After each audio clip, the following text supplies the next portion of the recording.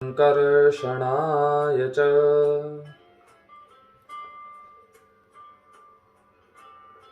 આપ સર્વને આ હોળી પર્વની ખૂબ ખૂબ શુભેચ્છાઓ અને ખૂબ ખૂબ વધાઈ। Wishing you all very happy, colourful and blissful Holi festival. જેવી રીતે આપણે આ હોળી પર્વને હોલિકા સાથે જોડીએ છીએ, શ્રી નૃસિંહ ભગવાનના અવતરણ સાથે જોડીએ છીએ, આપણે હિરણ્યકશ્યપુના વધ સાથે જોડીએ છીએ અને પ્રહલાદના સંરક્ષણ સાથે પણ આપણે જોડીએ છીએ। So in Shrimad Bhagwat Mahapuran there is a basic but very beautiful story about very beloved devotee of Lord Narayan known as Prahladji Maharaj, કે જે પ્રહલાદજી મહારાજ ભગવાનના ખૂબ એક પ્રેમી ભક્ત, એક વિશુદ્ધ ભક્ત, એ રીતે શ્રીમદ ભાગવતની અંદર આપણે એમનું દર્શન કરીએ છીએ। તો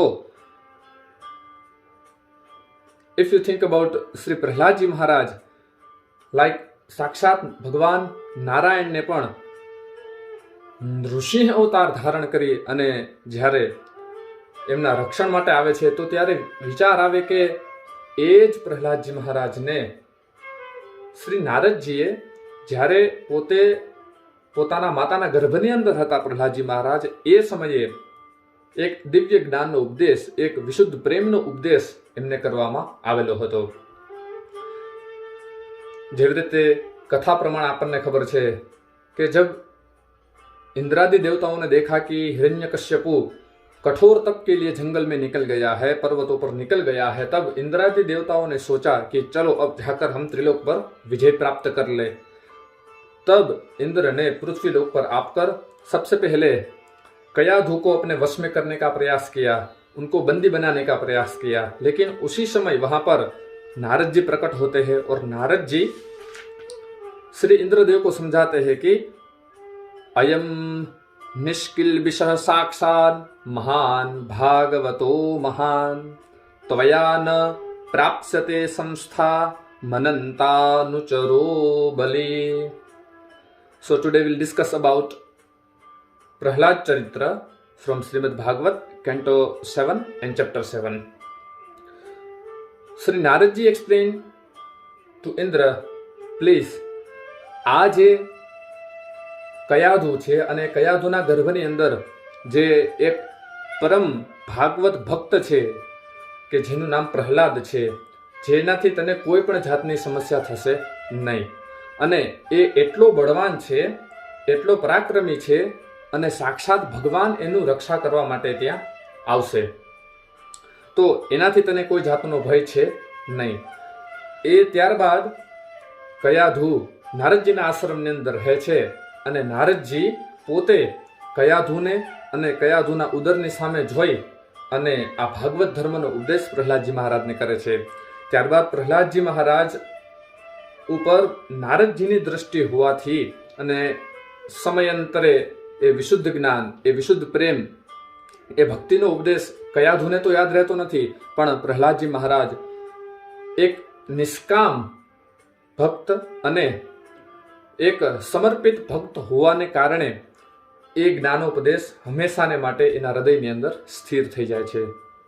તો એ સમયે નારદજી પ્રહલાદજી મહારાજને એક દિવ્ય જ્ઞાનોપદેશ આપે છે કે જેની અંદર ઋષિ કારુણિકસ્તસ્યા પ્રાદાદુ ભયમીશ્વરઃ ધર્મસ્ય તત્વં જ્ઞાનમ ચ મામપ્યુદ્યસ્ય નિર્મલમ।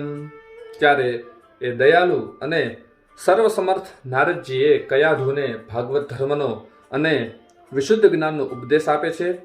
ઉપદેશ કરતા કરતા નારદજી ઘણી બધી દિવ્ય વાતો પ્રહલાદજી મહારાજને સમજાવે છે કે જન્માદ્યા ષડીમે ભાવા દૃષ્ટા દેહસ્ય માત્મનઃ ફલાનામિવ વૃક્ષસ્ય કાલેનેશ્વર મૂર્તિના।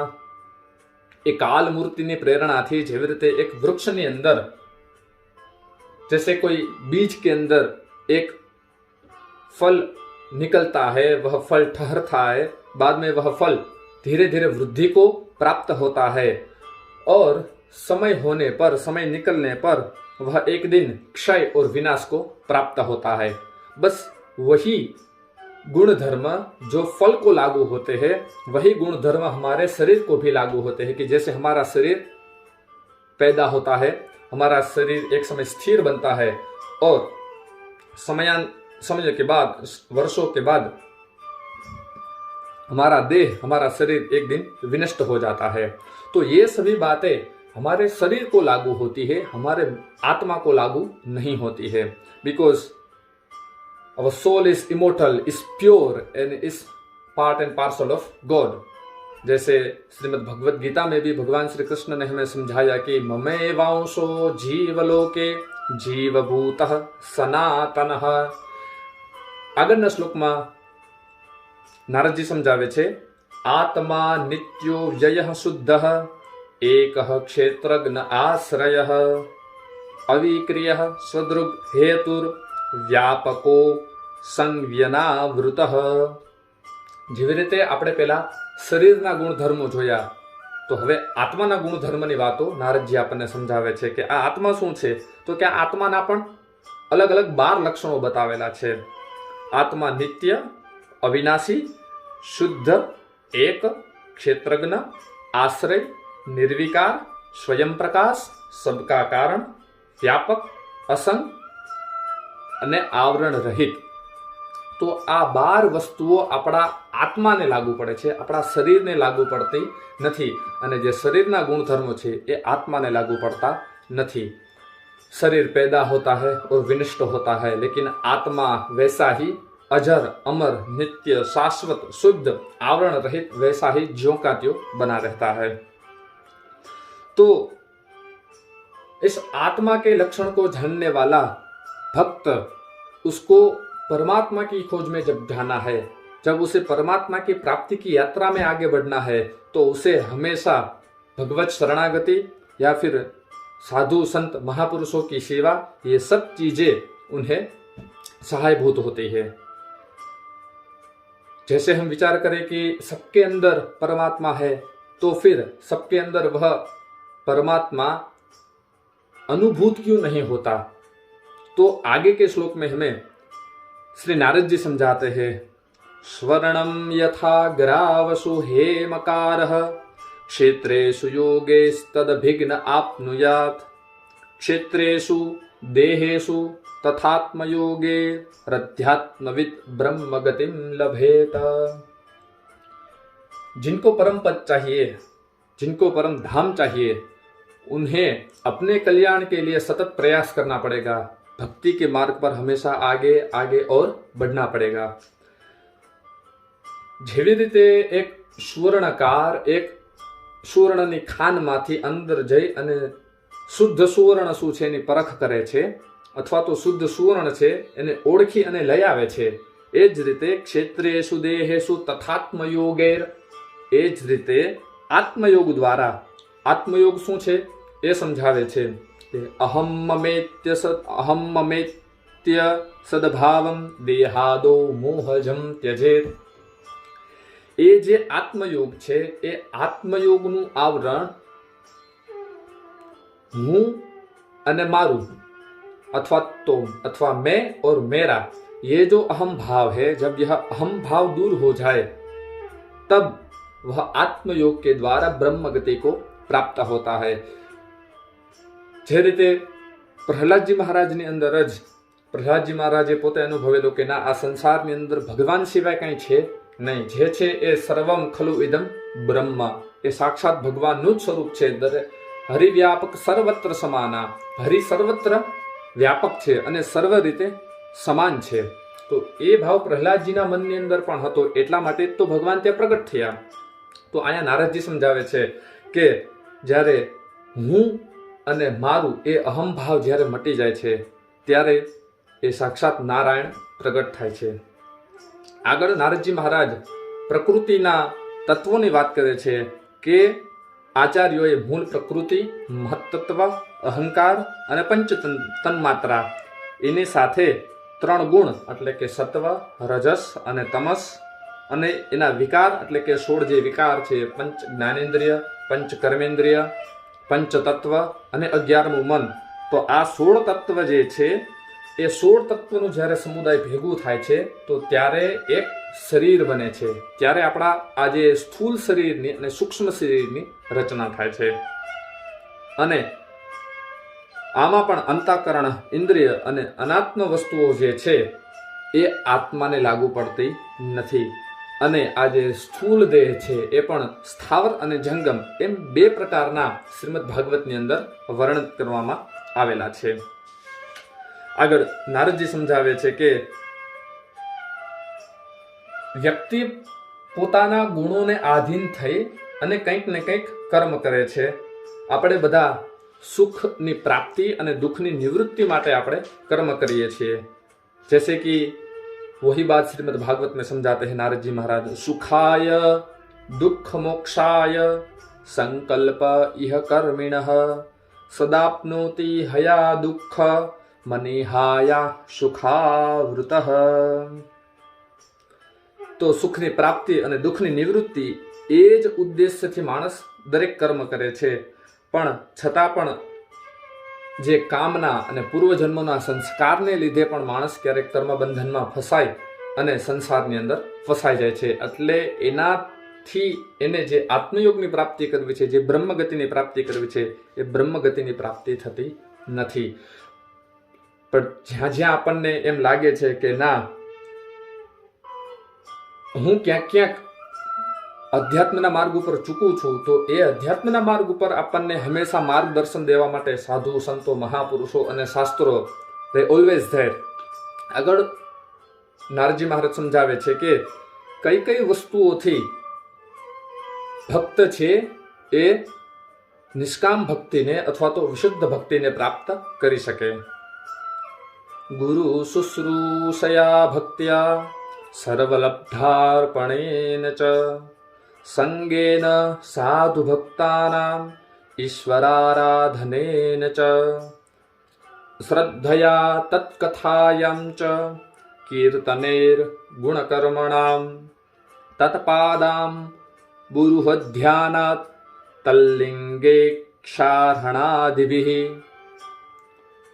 શ્રી નારદજી મહારાજ શ્રી પ્રહલાદજી મહારાજને સમજાવે છે કે ગુરુની પ્રેમપૂર્વક સેવા કરવી અને ગુરુને સદભાવે અને सेवा भावे गुरुना शरण में जाऊं. कभी भी किसी भी व्यक्ति को अपने निज स्वार्थ, लाभ और लोभ के चलते कभी भी गुरु सेवा में नहीं जाना चाहिए. जो गुरु सेवा આપણને આપણા લાભ માટે કે આપણા લોભ માટે કે કોઈ સ્વાર્થ જ્યારે કરશું તો સમજી લઈએ કે એ ગુરુ સેવા આપણને ક્યારેય સફળ થવા દેશે નહીં, અથવા તો એ ગુરુ સેવાનું કોઈ મૂલ્ય રહેતું નથી. પણ જ્યારે નિષ્કામ ભાવે જેમ પ્રભુ સેવા કરવામાં આવે છે એ જ રીતે નિષ્કામ ભાવે જ્યારે ગુરુ સેવા કરવામાં આવે તો એ જ ગુરુ આપણને એક દિવસ ગોવિંદ સુધી પહોંચાડી દેશે. તો એટલા માટે નારદજીએ કીધું કે પહેલો શબ્દ, પહેલું કર્તવ્ય વ્યક્તિનું શું છે? ગુરુ શુશ્રૂષયા, ગુરુની સેવા કરવી. પણ એ ગુરુની સેવા નિષ્કામ ભાવે, શુદ્ધ ભક્તિથી ગુરુની સેવા કરવી.